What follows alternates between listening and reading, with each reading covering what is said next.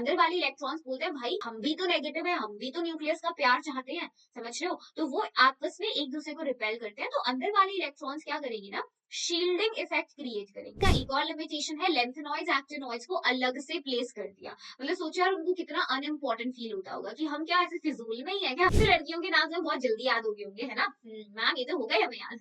हमें लगता है ऑक्सीजन की ज्यादा है ionization energy, but actually nitrogen की ज्यादा होती है। 2p3 से इलेक्ट्रॉन निकालने में ज्यादा एनर्जी लगेगी as compare to 2p4।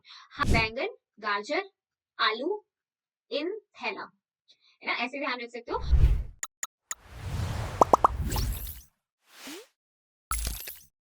Okay guys, hi, I hope आप सब लोग बहुत ही ज्यादा अच्छे हैं। तो आज के सेशन में हम करने वाले हैं पीरियोडिक टेबल का क्विक रिवीजन कुछ ही मिनट्स के अंदर, ठीक है, विद इन फ्यू मिनट्स। तो सारी एक्सेप्शंस मैम तुम्हें अलग से हाईलाइट करके बताएंगे कैसे क्वेश्चन एग्जाम में आते हैं, तो टाइम वेस्ट नहीं करना है। मेरे साथ मैं हूँ शिल्पी कौशिक, आपकी केमिस्ट्री एजुकेटर वेदांतु पे। तो सबसे पहले तो यार तुम हमेशा पूछते हो कि मैम सेशन के नोट्स कहाँ मिलेंगे, तो इसी वीडियो के डिस्क्रिप्शन बॉक्स में लिंक मिलेगा पीडीएफ सेशन का डाउनलोड करने के लिए, वहां से जाकर कर लेना। हो सकता है वहां पे तुम्हें वेदांतु का लॉगिन करना पड़े पहले अकाउंट, उसके बाद डायरेक्ट पीडीएफ जो है डाउनलोड हो जाएगी।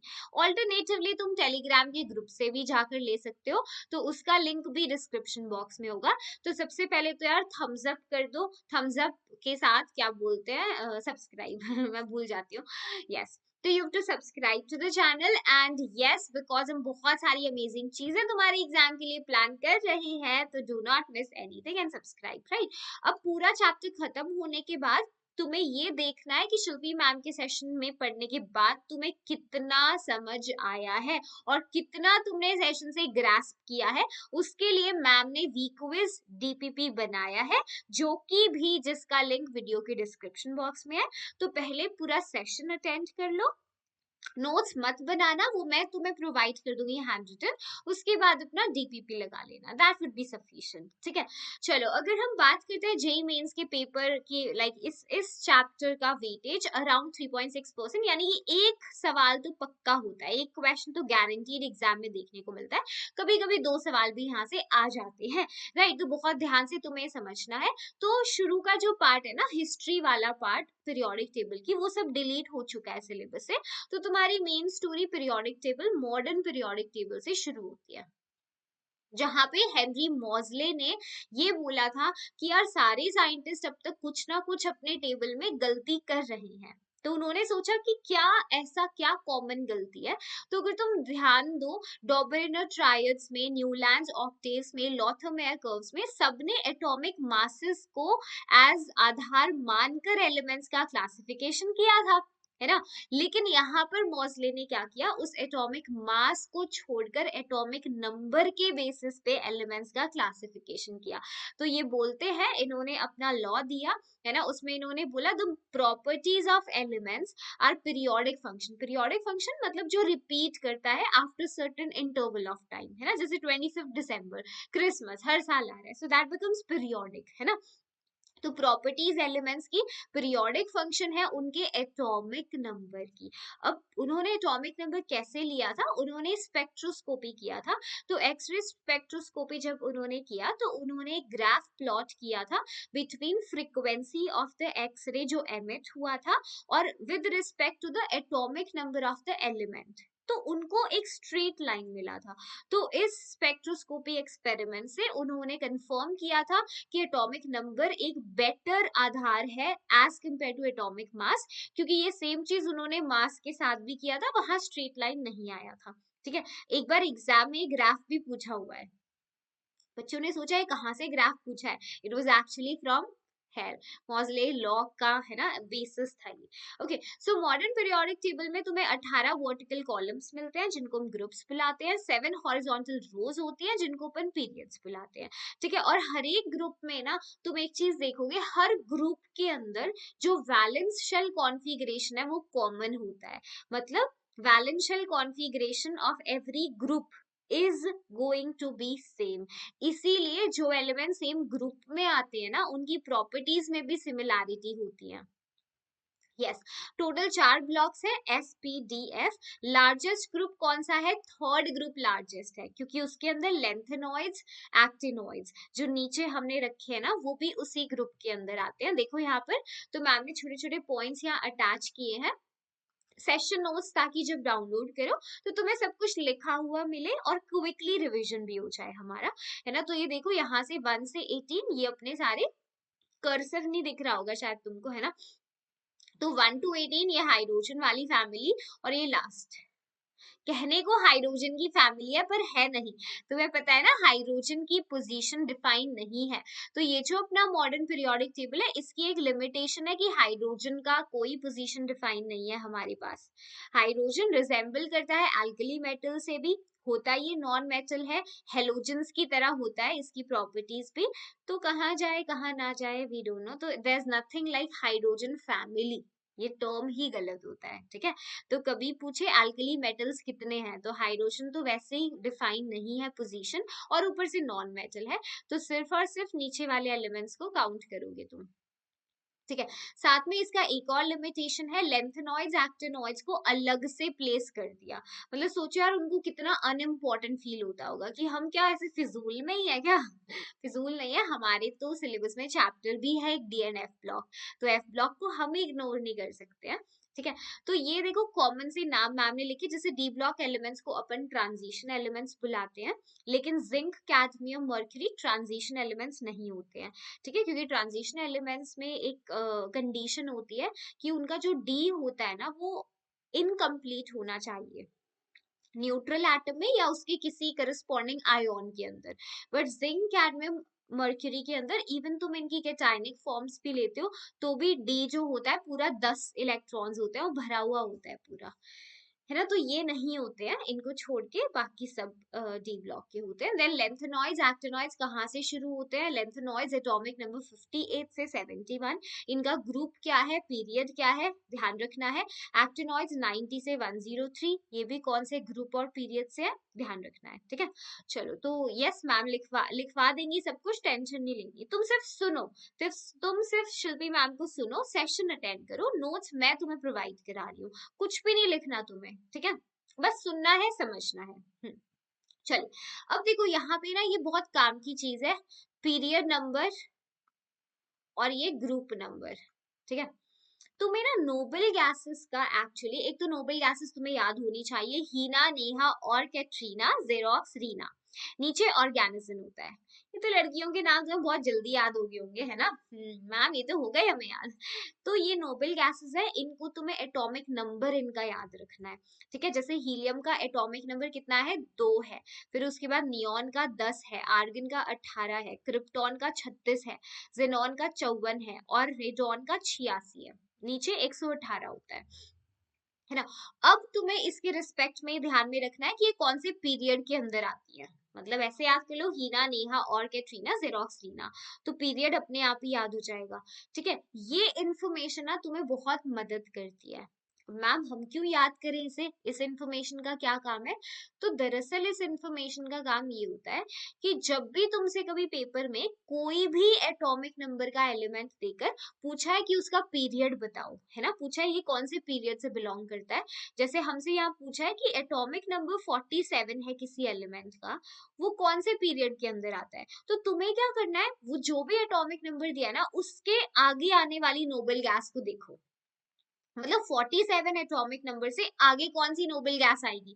देखो 46 से पीछे तो 36 वाली क्रिप्टॉन चली गई, है ना, क्रिप्टॉन के बाद आता है 47, तो 47 से नेक्स्ट कौन सी है, जल्दी बताओ चैट में, सब लोग चैट में बताएंगे। 47 एटॉमिक नंबर से अगली नोबल गैस है जिनॉन विद एटॉमिक नंबर 54, है ना। तो ये 54 एक्चुअली जो रिप्रेजेंटेशन होता है ना एटॉमिक नंबर का, वो हम नीचे करते होते हैं और मास नंबर ऊपर करते हैं, तो जिनॉन है ना, जिनॉन है इससे नेक्स्ट नोबल गैस। तो तुम जिनॉन का पीरियड देख लो, देखो जिनॉन का पीरियड कौन सा है, 5th, तो जो इस नोबल गैस का पीरियड है वही इस एलिमेंट का पीरियड होगा। तो अगर जिनॉन 5th पीरियड के अंदर है तो ये एलिमेंट भी 5th पीरियड के अंदर है, समझ गए?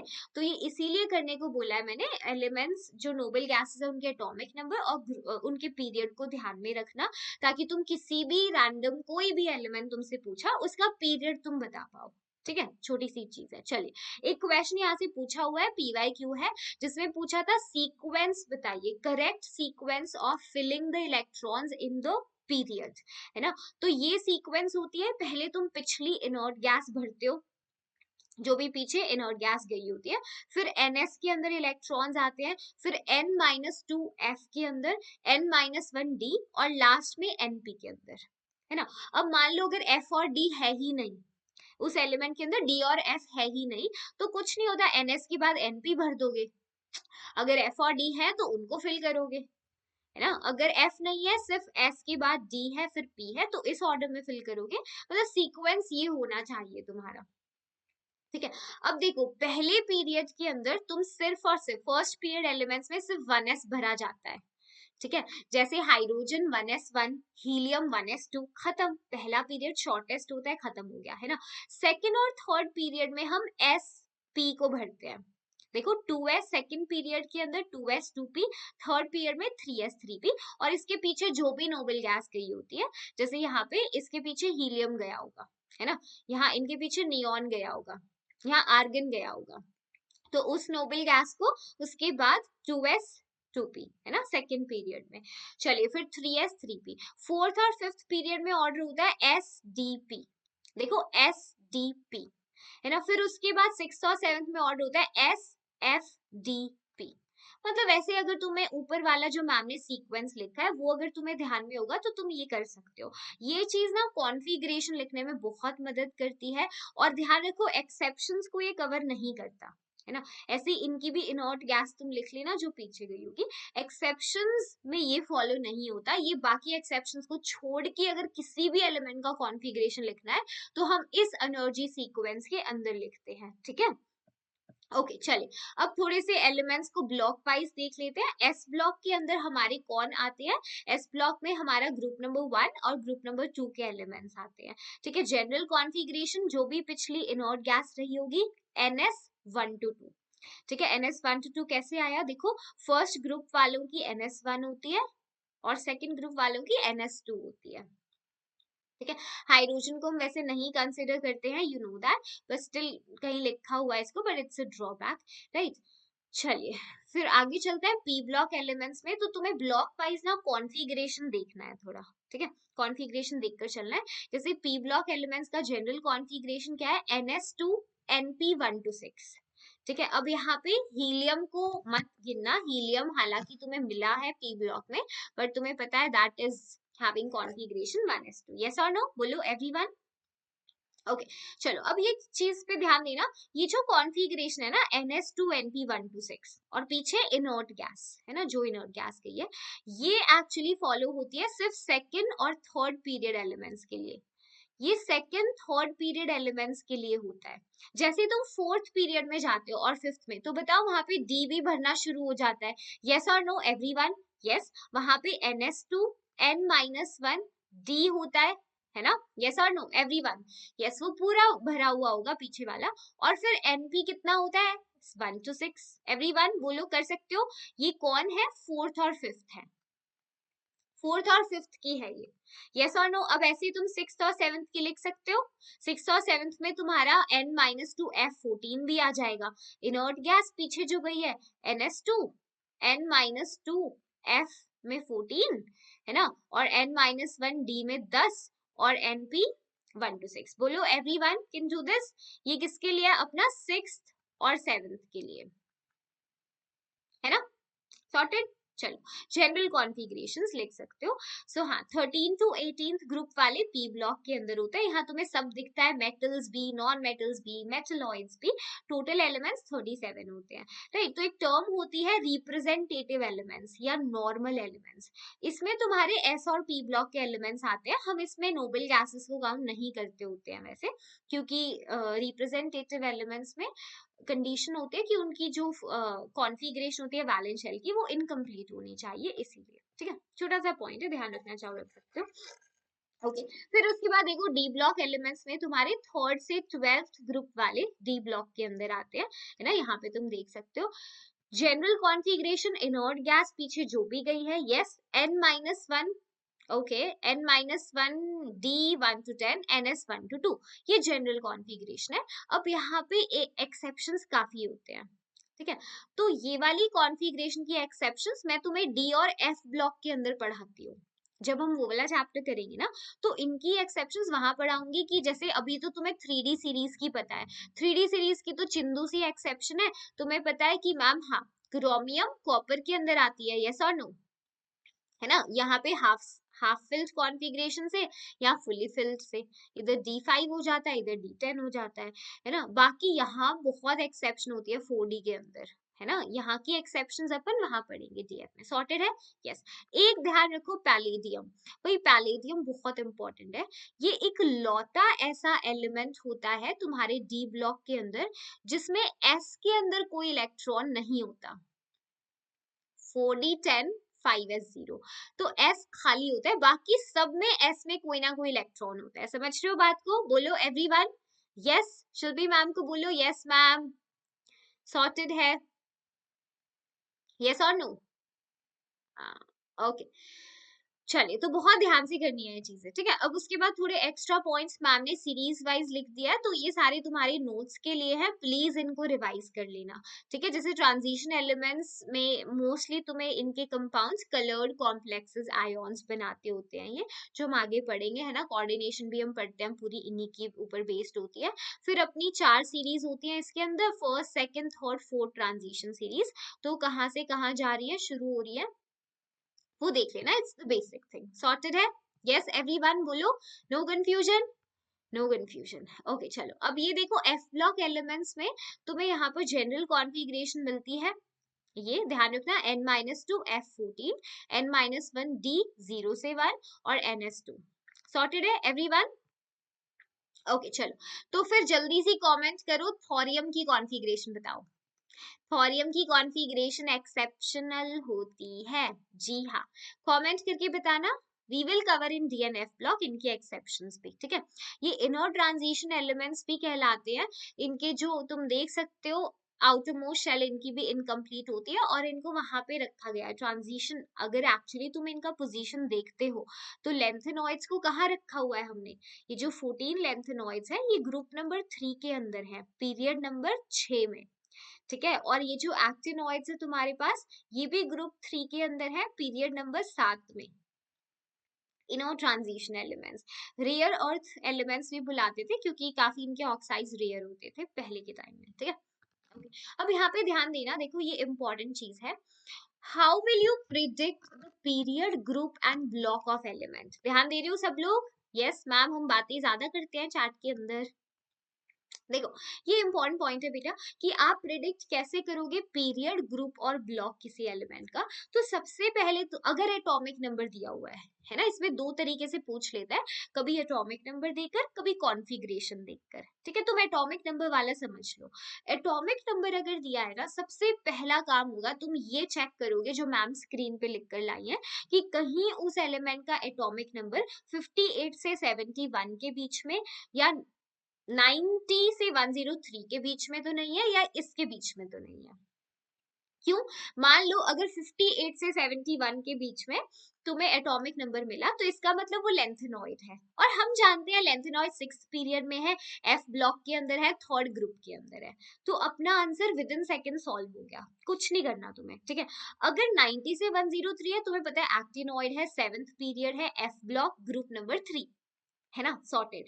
अगर एटॉमिक नंबर 104 से 118 के बीच में है, जैसे 116, तो उस एलिमेंट का तुम्हें ध्यान रखना है वो 7th पीरियड से है, ठीक है, 7th पीरियड से है, ब्लॉक उसका डी है, डी ब्लॉक है, और उसका ग्रुप नंबर के लिए तुम उसकी लास्ट 2 डिजिट्स उठाओगे एटॉमिक नंबर में, जैसे जिस एलिमेंट का एटॉमिक नंबर 116 है ना, वो 16th ग्रुप के अंदर है, देख लो चेक करके, 16th ग्रुप में है, ठीक है, तो ये ट्रिक है, नोट्स में मिल जाएगा, कुछ भी नहीं नोट करना है, सिर्फ सुनना है तुम्हें।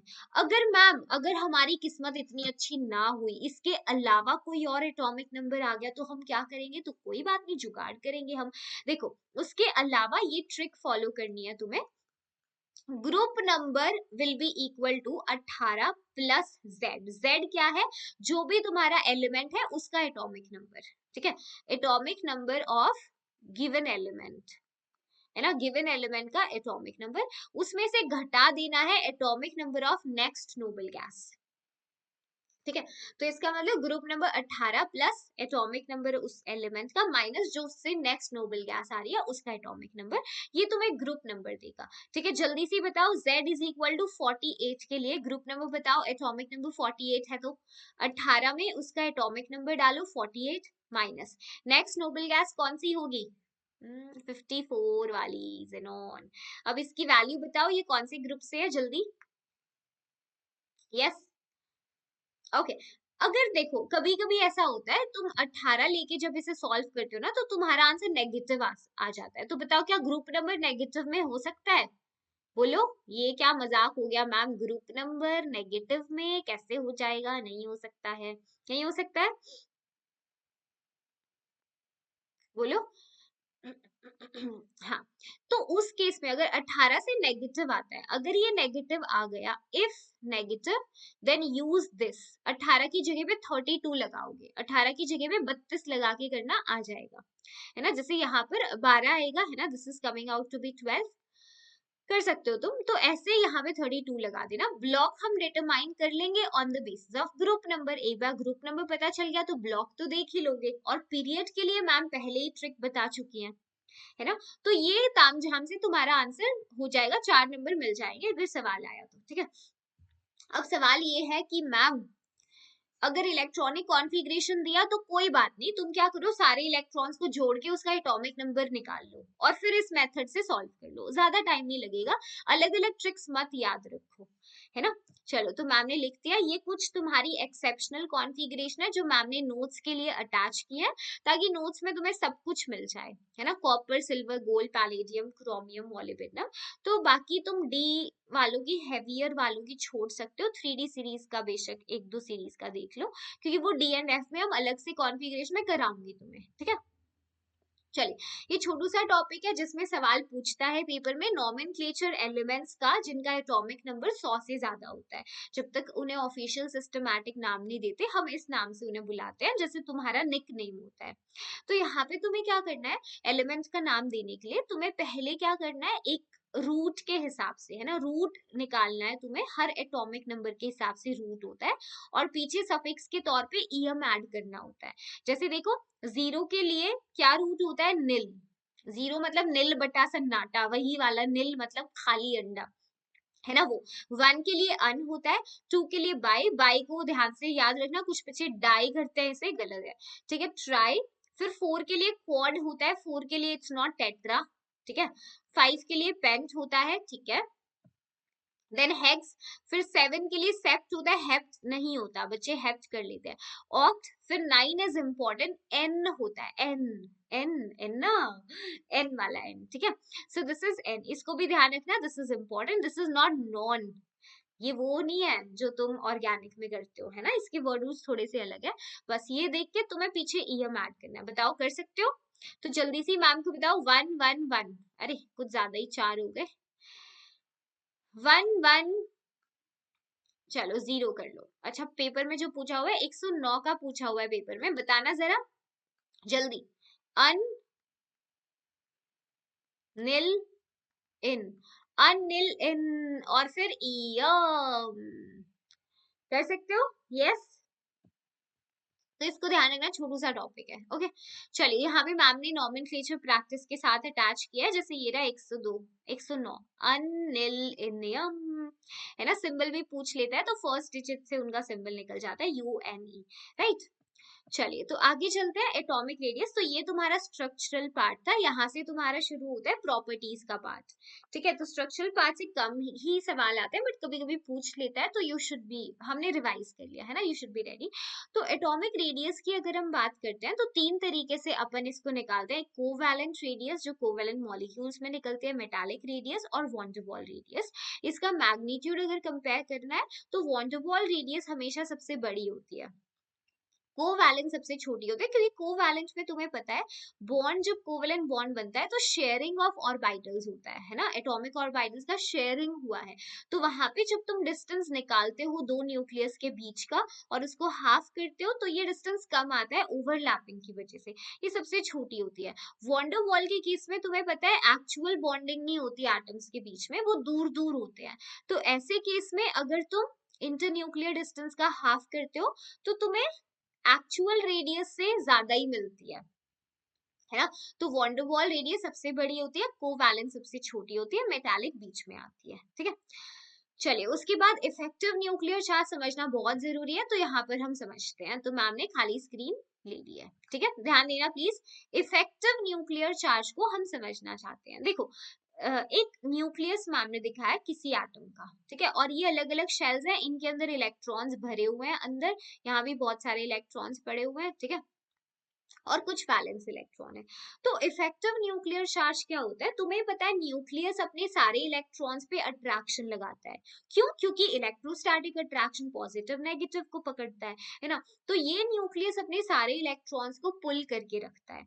तो अगर मैं बात करूं इस न्यूक्लियस का अट्रैक्शन इसके वैलेंस इलेक्ट्रॉन के ऊपर, तो एक्चुअली जितना इसका न्यूक्लियर चार्ज एक्सपीरियंस करना चाहिए था इस इलेक्ट्रॉन को, उतना वो नहीं करता है। न्यूक्लियर चार्ज क्या होता है, कितने कितने तुम्हारे न्यूक्लियस के अंदर प्रोटॉन्स होते हैं, समझ रहे हो ना। Protons inside the nucleus he nuclear charge होता है। यही प्रोटॉन्स क्या करते हैं, इन इलेक्ट्रॉन्स को खींचते हैं, जिसकी वजह से न्यूक्लियस अपने इलेक्ट्रॉन्स को पकड़ता है ना।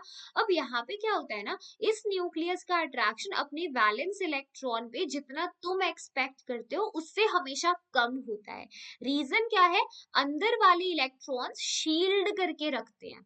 अंदर वाले इलेक्ट्रॉन्स बोलते हैं भाई हम भी तो नेगेटिव है, हम भी तो न्यूक्लियस का प्यार चाहते हैं, समझ रहे हो। तो वो आपस में एक दूसरे को रिपेल करते हैं, तो अंदर वाले इलेक्ट्रॉन्स क्या करेंगे ना, शील्डिंग इफेक्ट क्रिएट करेंगे, शील्डिंग या स्क्रीनिंग इफेक्ट, ये स्क्रीन कर देंगे बाहर वाले इलेक्ट्रॉन से, है ना, न्यूक्लियस के डिस्टेंस को, ताकि न्यूक्लियस का जो अट्रैक्शन है ना वो इस वैलेंस इलेक्ट्रॉन पे कम हो जाता है। तो इफेक्टिव न्यूक्लियर चार्ज की जब मैं बात करती हूँ तो मैं न्यूक्लियस का अट्रैक्शन वैलेंस इलेक्ट्रॉन पे डिफाइन करती हूँ, है ना, और वो हमेशा एक्चुअल न्यूक्लियर चार्ज से कम होता है, समझ रहे हो। मतलब देखो Z इफेक्टिव मैं बोल सकती हूँ, ये क्या है, नेट अट्रैक्शन न्यूक्लियस का अपनी वैलेंस इलेक्ट्रॉन पे, किस पे, सब बोलो, वैलेंस इलेक्ट्रॉन पे, जो कि हमेशा कम होता है एक्चुअल अट्रैक्शन से।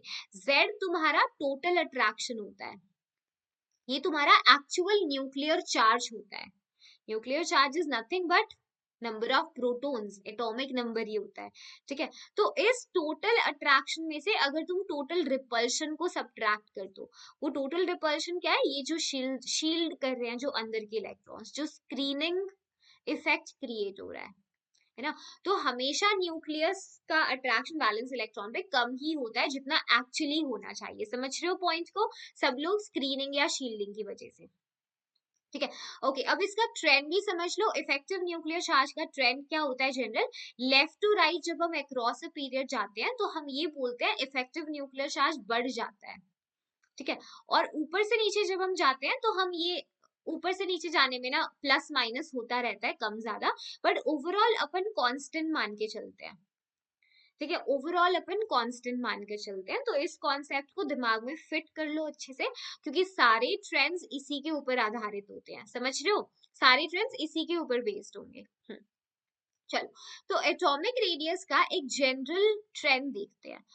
देखो एटॉमिक रेडियस का जनरल ट्रेंड बेटा ये हुआ कि जब तुम left to right across the period जाते हो तो तुम्हें पता है इफेक्टिव न्यूक्लियर चार्ज इंक्रीज हुआ, यानी न्यूक्लियस का अट्रैक्शन बैलेंस इलेक्ट्रॉन पे बढ़ गया है ना। और अगर तुम नंबर ऑफ शेल्स की बात करो तो शेल्स तो सेम है, है ना। सेकेंड पीरियड एलिमेंट्स में सबके पास 2 ही शेल्स होती हैं, हर बार इलेक्ट्रॉन उसी शेल में एंटर करता है, तो न्यूक्लियस और इलेक्ट्रॉन का डिस्टेंस भी सेम ही है ना, वैलेंस इलेक्ट्रॉन का। तो ओवरऑल यहाँ पे क्या होता है ना, एटम का साइज डिक्रीज हो जाता है। जनरल ट्रेंड में लेफ्ट टू राइट एटम का साइज घट जाता है, ऊपर से नीचे जब हम जाते हैं तो ऊपर से नीचे जाने में शेल्स इंक्रीज होती हैं, जैसे पीरियड चेंज होता है शेल्स बढ़ती जाती है ना नीचे की तरफ। तो ये डोमिनेट करता है इफेक्टिव न्यूक्लियर चार्ज पे, तो overall top to bottom atom का साइज इंक्रीज करता है, ये जनरल ट्रेंड है। पर जनरल तो हमारे किस काम का, हमें एक्सेप्शंस करनी पड़ती है।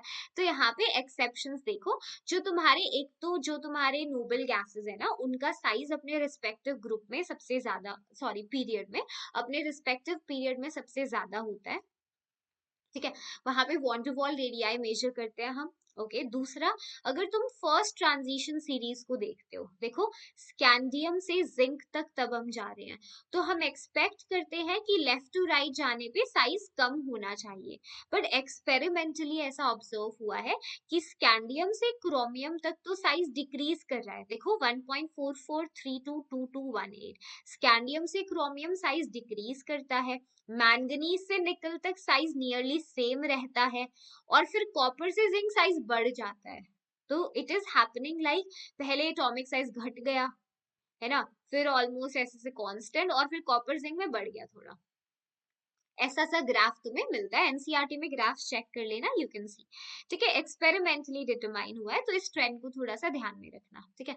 दूसरा इंपॉर्टेंट ट्रेंड है तुम्हारा बोरोन फैमिली के अंदर, ऊपर से नीचे जाने में जनरली हमने सोचा कि साइज जो है वो इंक्रीज हो जाएगा, है ना। तो हमने एक्सपेक्ट किया बोरोन से बड़ा एल्यूमिनियम, एल्यूमिनियम से बड़ा gallium and so on, but actually देखने में ये आया कि गैलियम का साइज एल्यूमिनियम से छोटा हो जाता है। ट्रेंड देखो,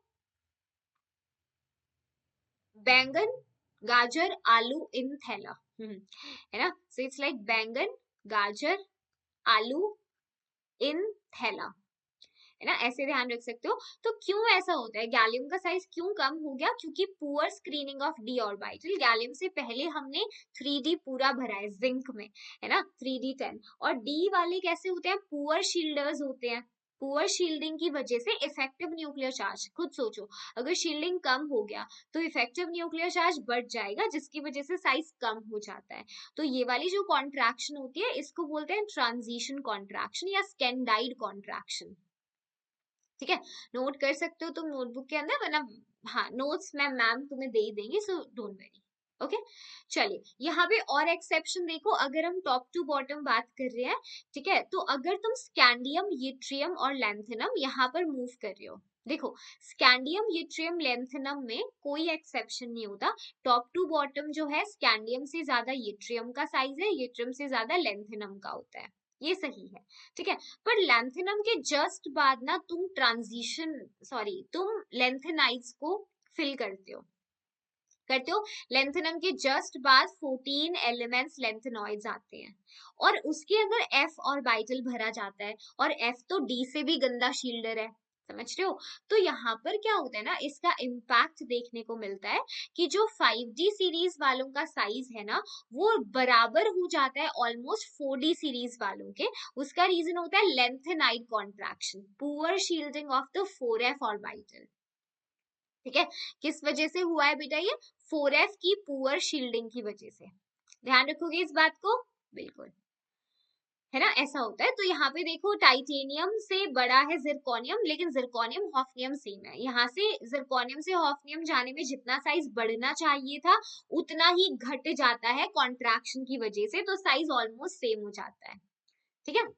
चलिए, आयनिक रेडियाई अगर आइसो इलेक्ट्रॉनिक स्पीशीज हैं तो इन पे क्वेश्चन आ जाता है, जिनके पास सेम नंबर ऑफ इलेक्ट्रॉन्स होते हैं लेकिन न्यूक्लियर चार्ज अलग होता है इनका, है ना। जैसे नाइट्राइट के अंदर 10 इलेक्ट्रॉन है लेकिन प्रोटॉन 7 होते हैं नाइट्रोजन में, है ना। अब अगर तुम एल्यूमिनियम में देखो, एल्यूमिनियम 3+ के पास 10 इलेक्ट्रॉन है ना, और कितना न्यूक्लियर चार्ज है, 13।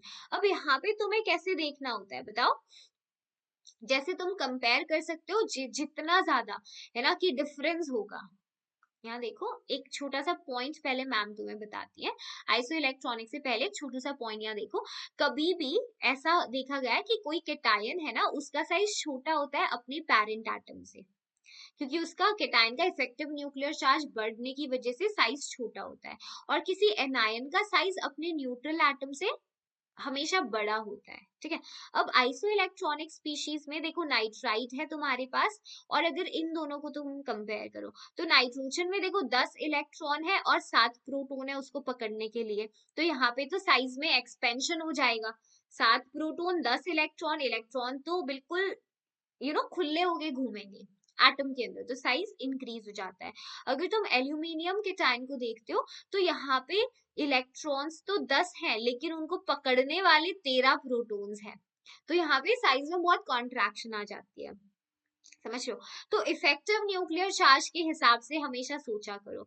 तो यहाँ पर साइज सबसे छोटा किसका होगा, केटायन का, और वो भी केटायन पे जितना ज्यादा चार्ज हो जाएगा आइसो इलेक्ट्रॉनिक स्पीशीज में, केटायन पे जितना ज्यादा चार्ज उतना वो छोटा, एनायन पे जितना ज्यादा चार्ज उतना वो बड़ा, है ना। इन केसेस को तुम ऐसे कर सकते हो। बहुत आसान सवाल आते हैं, आ जाए तो बढ़िया है, किस्मत खुल जाएगी तुम्हारी, है ना, मजे हो जाएंगे। 10 सेकंड का सवाल होगा। आयनाइजेशन एनर्जी की अगर हम लोग बात करते हैं तो ये क्या होती है, आयनाइजेशन एनर्जी होती है कितनी एनर्जी हमें चाहिए to remove the most loosely bound electron from isolated gaseous atom। isolated होना चाहिए, किसी से bonded नहीं होना चाहिए, gaseous form में हो ताकि attractions ना हो atoms के बीच में, है ना। तो जैसे सोडियम से अगर मुझे लास्ट इलेक्ट्रॉन निकालना है तो मुझे एनर्जी देनी पड़ेगी, आयनाइजेशन एनर्जी हमें खर्च करनी पड़ती है इलेक्ट्रॉन निकालने के लिए, ठीक है। और एक बात देखो, जो पहली आयनाइजेशन एनर्जी है वो हमेशा, अगर तुम दूसरा इलेक्ट्रॉन निकालोगे तो फर्स्ट आयनाइजेशन एनर्जी हमेशा कम होगी सेकंड से, ठीक है, सेकंड कम होगी थर्ड से। तो point is successive ionization energies हमेशा इंक्रीज करती है, जिसका लॉजिक भी है। एक इलेक्ट्रॉन निकालने के बाद ना न्यूक्लियर चार्ज बढ़ जाता है, इफेक्टिव न्यूक्लियर चार्ज इंक्रीज हो जाता है ना, क्योंकि प्रोटॉन ज्यादा है इलेक्ट्रॉन्स कम है। फिर आगे तुमने एक और इलेक्ट्रॉन निकाला तो यहाँ पे और इफेक्टिव न्यूक्लियर चार्ज इंक्रीज हो जाता है, तो ऐसे करके तुम्हें और एनर्जी देनी पड़ती है इलेक्ट्रॉन निकालने के लिए। तो सक्सेसिव एनर्जीज आयनाइजेशन हमेशा इंक्रीज करती हैं। कभी कभी पेपर में तुमसे आयोनाइजेशन एनर्जी की वैल्यूज देकर पूछ लेता है कि वैल्यूज आर गिवन, और तुम्हें प्रिडिक्ट करना होता है कि कितने वैलेंस इलेक्ट्रॉन है उस स्पीशीज के अंदर। तो तुम्हें ना हमेशा हाईएस्ट जंप को ढूंढना है। तुम ऐसा जंप देखो जहां पे आयनाइजेशन एनर्जी बहुत ज्यादा है ना, बहुत ज्यादा है, तो मतलब किसी स्टेबल कॉन्फ़िगरेशन से इलेक्ट्रॉन निकला होगा वहां पर, है ना। तो उससे ज्यादा जितने भी इलेक्ट्रॉन्स हैं उस हिसाब से देख के तुम वैलेंस इलेक्ट्रॉन बता सकते हो। ओके, ध्यान से देखना। चलो, फैक्टर्स क्या है, जैसे साइज एटम का बढ़ता है तो तुम्हें पता है अगर एटम का साइज बड़ा हो गया, इलेक्ट्रॉन न्यूक्लियस की गिरफ्त से छूटता जा रहा है ना, तो उसको निकालना आसान हो जाएगा, तो आयनाइजेशन एनर्जी हमें कम देनी पड़ेगी, सिंपल सी बात है।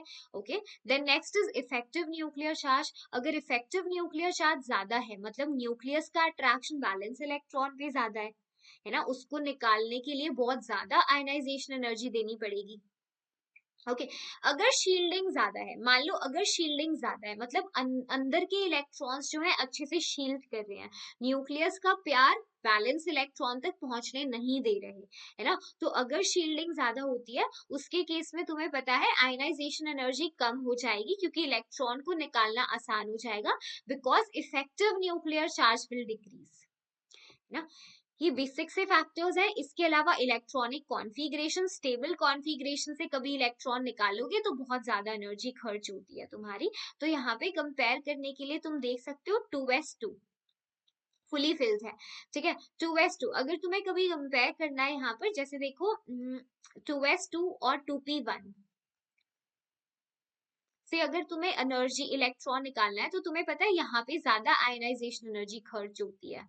ऐसी 3s2 से इलेक्ट्रॉन अगर निकालना है और 3p1 से, तो 3p1 में कम आयनाइजेशन एनर्जी लगती है यहाँ पे s का एक्चुअली पेनिट्रेशन भी ज्यादा होता है ना। नेक्स्ट पॉइंट देखो, पेनिट्रेशन इफेक्ट। पेनिट्रेशन का मतलब होता है क्लोजनेस टू न्यूक्लियस, क्या होता है, क्लोजनेस टू न्यूक्लियस। तो जितना ज्यादा क्लोज होगा वो ऑर्बिटल न्यूक्लियस के, उतना ज्यादा हमें एनर्जी देकर उसे इलेक्ट्रॉन को निकालना पड़ेगा। बट पेनिट्रेशन इफेक्ट को हम तभी देखते हैं जब तुम्हारा शेल नंबर सेम होता है, n इज सेम, ठीक है, तभी हम कंपेयर करते हैं, जैसे NS2 NP1 के अंदर, है ना, तभी हम इसको लगाते हैं। तो ये वाला पॉइंट ध्यान रखना तुम लोग, पेनिट्रेशन वाला, ठीक है। अब देखो आयनाइजेशन एनर्जी, जब हम लेफ्ट टू राइट जाते हैं पीरियड में, तो लेफ्ट टू राइट जाने पे हमें पता है इफेक्टिव न्यूक्लियर चार्ज बढ़ रहा था, तो इसका मतलब आयनाइजेशन एनर्जी भी ज्यादा देनी पड़ेगी जनरली, है ना। ऊपर से नीचे हम जाते हैं तो साइज इंक्रीज होता है, आयनाइजेशन एनर्जी कम लगेगी, क्योंकि ऑलरेडी न्यूक्लियस से थोड़ा लेस अट्रैक्टेड है इलेक्ट्रॉन, तो निकालना आसान होगा, ठीक है। अब एक्सेप्शनल ट्रेंड देखो, जो बहुत बार, न जाने कितनी बार पेपर में सवाल आ चुका है, तो ये देखो तुम, सिंपल सा, जब हम सेकंड पीरियड एलिमेंट्स मैम ने लिए हैं, लिथियम से अपन नियॉन तक जा रहे हैं, ठीक है, हम एक्सपेक्ट करते हैं आयनाइजेशन एनर्जी बढ़ती जाएगी, जो बढ़ती भी है, पर थोड़ा सा यहाँ गड़बड़ हो जाती है। बेरिलियम से बोरोन जाने में हम समझते हैं आयनाइजेशन एनर्जी बढ़नी चाहिए, बट ये वही है जो मैम ने बताया था, पेनिट्रेशन इफेक्ट। यहाँ पेनिट्रेशन लगता है, देखो 2s2 से एनर्जी ज्यादा खर्च होगी, 2p1 से निकालना आसान हो जाएगा, पेनिट्रेशन। दूसरी एक्सेप्शन यहाँ पे लगती है नाइट्रोजन से ऑक्सीजन, है ना, हमें लगता है ऑक्सीजन की ज्यादा है ionization energy, but actually nitrogen की ज्यादा होती है, 2p3 से इलेक्ट्रॉन निकालने में ज्यादा एनर्जी लगेगी as compare to 2p4, half filled configuration, ठीक है। अब देखो, ये तो आयनाइजेशन एनर्जी 1 तुमने कंपेयर की बेरिलियम और बोरोन की, बेरिलियम 2s2 था और ये 2p1 था, है ना, 2s2 2p1, ठीक है। पहली आयनाइजेशन एनर्जी तुमने दी, अब ये क्या बन गए, 2s1 और ये 2s2, तो दिस वाज आयनाइजेशन एनर्जी 1। अब आयनाइजेशन एनर्जी 2 के लिए कौन, किसकी वैल्यू ज्यादा होगी, बोरोन की ज्यादा होगी, क्योंकि अब ये 2s2 बन चुका है ना। तो पेपर में ना ध्यान से पढ़ना, उसने आयनाइजेशन एनर्जी 2 तो नहीं पूछी गई, 3 तो नहीं पूछी, तो कॉन्फ़िगरेशन लिखकर तुम फिर कंपेयर करना उसे, ठीक है। अगर 2 3 आयनाइजेशन एनर्जी पूछेगा तो बता देगा, तुम्हें लिख के दे देगा, ओके। तो एक्चुअल ऑर्डर तुम्हारा ये बनता है, दिस इज इंपॉर्टेंट, और ये सेम चीज तुम थर्ड पीरियड पे भी लगाते हो, तो कमेंट सेक्शन में बताओ थर्ड पीरियड एलिमेंट्स के लिए आयनाइजेशन एनर्जी का ऑर्डर लिखो भी। चलो, next exception is very very important, बहुत बार पेपर में आ चुका है, ठीक है। ग्रुप नंबर 13 में जब तुम टॉप टू बॉटम जाते हो, तो आयनाइजेशन एनर्जी हम एक्सपेक्ट करते हैं बढ़नी चाहिए, पर होता क्या है कि ऊपर से, इसको छोड़ो तुम, है ना, रेडियो एक्टिव एलिमेंट्स को अपन वैसे ही नहीं कंसिडर करते, ओके। होता क्या है यहाँ पर, जो थैलियम होता है ना, थैलियम की आयनाइजेशन एनर्जी इतनी ज्यादा हो जाती है एक्सेप्शनली, कि वो बोरोन के बाद सेकंड नंबर पे थैलियम आता है, ठीक है। क्यों ऐसा होता है, क्योंकि poor screening of F orbital, poor screening होता है एफ की वजह से, इफेक्टिव न्यूक्लियर चार्ज इंक्रीज हो जाता है। ये वाला फैक्टर एटॉमिक साइज पे नहीं अप्लाई होता थैलियम के केस में, सिर्फ गैलियम में एक्सेप्शन था, वहां पर आयनाइजेशन एनर्जी में गैलियम पे भी होता है, थैलियम पे भी अप्लाई। तो फाइनल ऑर्डर होता है बात गई या बीत गई, कुछ भी याद रख सकते हो, बात गई, ठीक है, बात गई और बीत गई, इट्स अप टू यू, ठीक है, यस। इंपॉर्टेंट है, बहुत इंपॉर्टेंट है, वेरी इंपॉर्टेंट। और यहाँ पर ग्रुप नंबर 14, ये 13 था, ग्रुप नंबर 14 में ना सिर्फ एक ही जगह चेंज होता है, तुम्हारा जो लेड होता है, इसको छोड़ो, लेड की आयनाइजेशन एनर्जी ज्यादा हो जाती है टिन से, बस यहाँ पे चेंज आता है, बाकी कहीं चेंज नहीं आता, सॉर्टेड है। चलो, नेक्स्ट इलेक्ट्रॉन एफिनिटी होता है, जो एनर्जी रिलीज होती है जब इलेक्ट्रॉन को ऐड किया जाता है किसी आइसोलेटेड गैसियस एटम में, ठीक है। अब यहाँ पर देखो, इलेक्ट्रॉन एफिनिटी को, एफिनिटी क्या होता है, टेंडेंसी टू गेन इलेक्ट्रॉन, है ना, ये टेंडेंसी है, सिर्फ इलेक्ट्रॉन एफिनिटी सिर्फ टेंडेंसी डिफाइन करती है, किसी इलेक्ट्रॉन की इलेक्ट्रॉन खाने की किसी एटम की इलेक्ट्रॉन खाने की क्षमता, वो उसकी टेंडेंसी है, ठीक है। इसको मेजर कैसे किया जाता है, इलेक्ट्रॉन एफिनिटी को मेजर किया जाता है इलेक्ट्रॉन गेन एंथैल्पी की टर्म्स के अंदर, ठीक है, इलेक्ट्रॉन गेन एंथैल्पी की टर्म में, ये ओवरऑल बताता है एनर्जी का चेंज। जैसे ये एटम ने अगर इलेक्ट्रॉन गेन किया, है ना। तो एटम जब इलेक्ट्रॉन गेन करता है उस पे एक तो ये अट्रैक्शन लगता है न्यूक्लियस का, और बाकी अंदर वाले इलेक्ट्रॉन्स का रिपल्शन लगता है। तो नेट एनर्जी चेंजेस क्या हुए, नेट प्रोसेस एक्सोथर्मिक हुआ या एंडोथर्मिक हुआ, वो सब तुम्हें इलेक्ट्रॉन गेन एंथैल्पी बताता है साइन के साथ। ठीक है, जैसे एक बहुत प्यारा रिलेशन होता है, अगर किसी एटम की इलेक्ट्रॉन एफिनिटी ज्यादा होती है ना, तो उसकी इलेक्ट्रॉन गेन एंथैल्पी बहुत ज्यादा नेगेटिव होती है ना। अगर किसी एटम की इलेक्ट्रॉन एफिनिटी कम होती है तो उस केस में तुम्हारी इलेक्ट्रॉन गेन एंथैल्पी भी लेस नेगेटिव होती है, लेस नेगेटिव, जीरो या इनफैक्ट पॉजिटिव कुछ केसेस में ऐसा भी होता है। ठीक है, फैक्टर्स देखो वही, तुम्हारा एटॉमिक साइज जितना बड़ा होगा उतना न्यूक्लियस और वैलेंस इलेक्ट्रॉन का डिस्टेंस भी बढ़ता है, तो बाहर से एटम का इलेक्ट्रॉन गेन करने की टेंडेंसी बहुत कम हो जाएगी, क्योंकि न्यूक्लियस बोलेगा यार मैं अपने इलेक्ट्रॉन को प्यार नहीं दे पा रहा वैलेंस शेल वाले को, तुम्हें तो क्या ही दूंगा, है ना। तो जो घर पे ही टाइम नहीं दे पा रहा वो बाहर वाले को क्या टाइम देगा, समझ रहे हो, इसका वो सीन है। फिर न्यूक्लियर चार्ज से डायरेक्टली रिलेटेड होगा, है ना, अट्रैक्शन न्यूक्लियस का होगा तो गेन करने की टेंडेंसी आसान है। हाफ फुली फिल्ड कॉन्फ़िगरेशन वाले नहीं शो करते, वो बोलते हैं यार हम खुश हैं, है ना। तो फुली फिल्ड वाले बी लाइक हम तो शादीशुदा हैं भाई, हम थोड़ी ना रिश्ता ढूंढ रहे हैं। So they are happy, they are like नहीं हमें नहीं चाहिए electron. Atoms having above configuration बहुत स्टेबल होते हैं एंड उनकी टेंडेंसी नहीं होती एक्स्ट्रा इलेक्ट्रॉन खाने की। ठीक है, तो कुछ बातें मैम बताना चाहती है। न्यूट्रल स्पीशीज के लिए ना इलेक्ट्रॉन गेन करना, है ना, अगर तुम इलेक्ट्रॉन गेन एंथैल्पी मेजर करते हो, ये एक एक्सोथर्मिक प्रोसेस होता है, बट एक्सेप्शन होता है हमारे पास। अगर तुम कभी भी नोबल गैसेस लो, ठीक है, नोबल गैसेस आ जाए तुम्हारे सामने, नाइट्रोजन आ जाए, मैग्नीशियम आ जाए या बेटा बेरिलियम आ जाए, इनके केस में एंडोथर्मिक हो जाता है इलेक्ट्रॉन खाना। ठीक है, क्योंकि इनके स्टेबल कॉन्फ़िगरेशंस होते हैं तो ये नहीं पसंद करते। केटायंस को, अगर केटायन को इलेक्ट्रॉन मिल जाए वाह, न्यूट्रल हो जाएंगे, हमेशा एक्सोथर्मिक, हमेशा एक्सोथर्मिक होता है। ठीक है, रिलीज होती है एनर्जी। एनायंस के केस में जो पहले से ही कभी नेगेटिव है उसको और इलेक्ट्रॉन खिलाओगे तो बेशक से उसे नोबल गैस आ रही हो, है ना, बेशक से उसे स्टेबल कॉन्फ़िगरेशन मिल रही हो, बट ये प्रोसेस हमेशा एंडोथर्मिक होता है ना। तो ये छोटी छोटी चीजें, एक बार एनायन वाले पे तो एक सवाल भी पेपर में पूछा था। ओके, तो मैम ने ये सारा जो एक्सेप्शन है जनरल ट्रेंड है लिख दिया है। तो इलेक्ट्रॉन एफिनिटी पीरियड में क्या होती है, एटॉमिक साइज डिक्रीज करता है with increase in effective nuclear charge, ये हम देख चुके हैं। तो तुम्हारी जो इलेक्ट्रॉन एफिनिटी होती है यहाँ पर लेफ्ट टू राइट, वो इंक्रीज करती है सिवाय के नोबल गैसेस के, क्योंकि इफेक्टिव न्यूक्लियर चार्ज ज्यादा है। ऊपर से नीचे जाने में डिक्रीज करेगी बिल्कुल। तो ये दो एक्सेप्शनल पॉइंट है मैम ने लिखे हुए हैं, इनको ध्यान रखना। इनर्ट गैसेस के लिए 0 होगा, और alkali metals, alkaline earth metals के लिए भी बहुत कम होता है, नियरली 0। ठीक है, बिकॉज उनके पास टेंडेंसी नहीं होती इलेक्ट्रॉन गेन करके एनायन बनाने की। ओके, हाँ, तो इलेक्ट्रॉन एफिनिटी का तुम अपना ट्रेंड देखो यहाँ पर, जैसे हम बेरिलियम, बोरॉन, कार्बन, नाइट्रोजन, इधर की तरफ लिथियम से भी शुरू कर सकते हो, है ना। अब लिथियम के केस में या यहाँ पर देखो इन्होंने जो लिया है, तो what is happening, simple trend है तुम्हारा, नियॉन तो सबसे पीछे, है ना। नियॉन भी लाइक भाई मैं थोड़ी ना लूंगा, इसके भी पीछे नियॉन होगा, इलेक्ट्रॉन एफिनिटी, है ना। अब हाँ, यहाँ पे एक्सेप्शन क्या है, अगर तुम देखो नाइट्रोजन का 2p3 है कॉन्फ़िगरेशन, बेरिलियम का 2s2 है, तो बेरिलियम की टेंडेंसी तो बहुत ही कम होगी, मतलब नियॉन के बाद बेरिलियम होगा जो बहुत गंदी टेंडेंसी, पुअर टेंडेंसी। फिर नाइट्रोजन हाफ फिल्ड है, फिर उसके बाद रेगुलर ट्रेंड होगा तुम्हारा, है ना। तो इन दोनों को ध्यान रखना, इलेक्ट्रॉन एफिनिटी नाइट्रोजन की कम होगी कार्बन से, और बेरिलियम की बोरोन से कम होगी। ठीक है, एक्सेप्शन है ये, सारी एक्सेप्शन मैम ने बता दी है। यहाँ पर ये वाली एक्सेप्शन भी ध्यान रखना, जो इलेक्ट्रॉन एफिनिटी सेकंड पीरियड वालों की होती है वो लोअर होती है electron affinity of third period element से।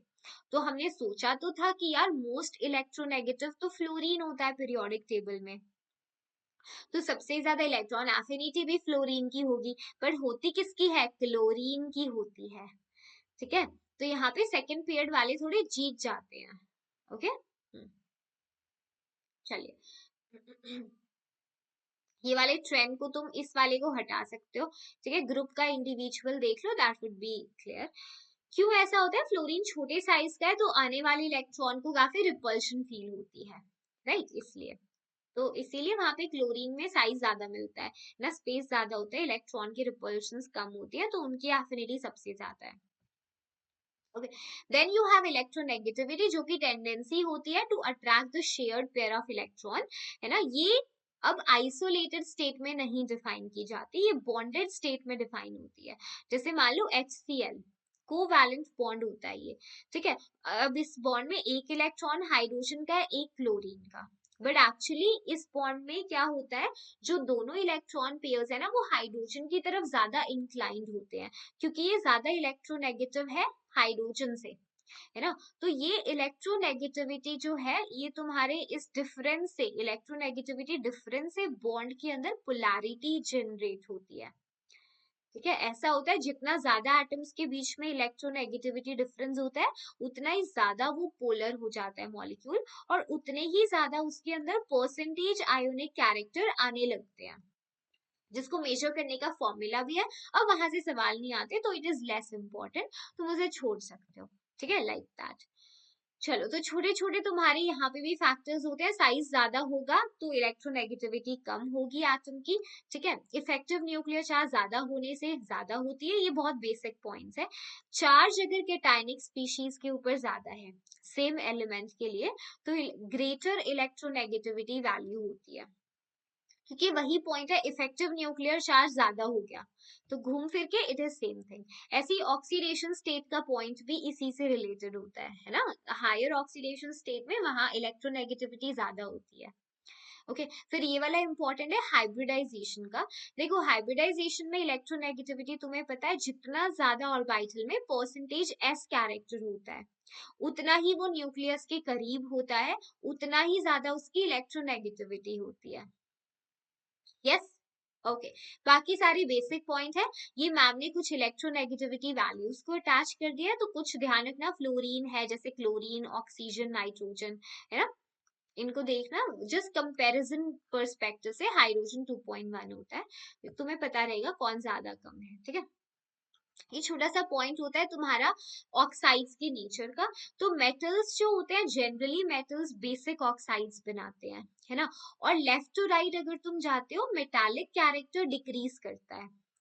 देखो, लेफ्ट टू राइट जब हम जाते हैं अक्रॉस अ पीरियड, तो मेटालिक कैरेक्टर डिक्रीज करता है, क्योंकि इलेक्ट्रॉन लूज करने की टेंडेंसी एटम की कम होती जाती है ना। तो जिसकी वजह से बेसिक ऑक्साइड बनाने का नेचर भी कम हो जाता है, राइट। और अगर नॉन मेटालिक कैरेक्टर देखोगे लेफ्ट टू राइट, वो इंक्रीज करता है, इलेक्ट्रॉन गेन करने की टेंडेंसी एटम की बढ़ने लगती है ना। तो इस केस में एसिडिक ऑक्साइड बनाने का नेचर इंक्रीज होता है। बट हाँ, कभी कभी तुम्हारे पास ये होती हैं चीजें, जैसे एम्फोटेरिक ऑक्साइड्स, न्यूट्रल ऑक्साइड्स के एग्जाम्पल पेपर में पूछ लेता है, तो प्लीज ध्यान रखना और भी ऐड कर लेना, जैसे जिंक ऑक्साइड है, लेड ऑक्साइड है। चलो, इसके अलावा सारे एम्फोटेरिक ऑक्साइड मैम को कमेंट सेक्शन में लिखकर बताओ। बेरिलियम ऑक्साइड क्या एम्फोटेरिक है? क्योंकि पेपर में सवाल आता है। Nature of oxide is a very important topic for examiner, specially neutral oxide, है ना। तो अभी पिछले साल ही क्वेश्चन पूछा था, न्यूमेरिकल सेक्शन में पूछ लेता है इनमें से कितने एम्फोटेरिक ऑक्साइड्स हैं। तो please guys make a list of amphoteric, neutral oxides, acidic and basic oxides, ठीक है। ये पॉइंट मैम बता चुके हैं तुम्हें, तो कंपेयर करा सकता है तुमसे, ठीक है।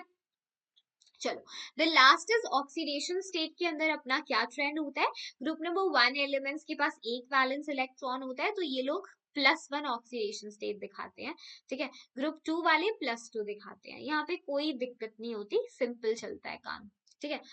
अब ग्रुप 13 में भी मोस्ट कॉमन ऑक्सीडेशन स्टेट देखो, ऊपर +3 नीचे की तरफ थैलियम की +1, मतलब thallium most common oxidation state मैंने बोल्ड कर दिया है।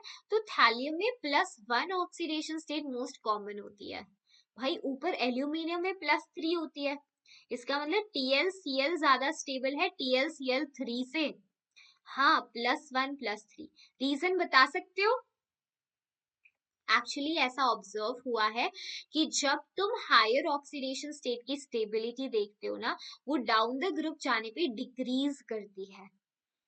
यस, लोअर ऑक्सीडेशन स्टेट ज्यादा फेवरेबल की जाती हैं डाउन द ग्रुप।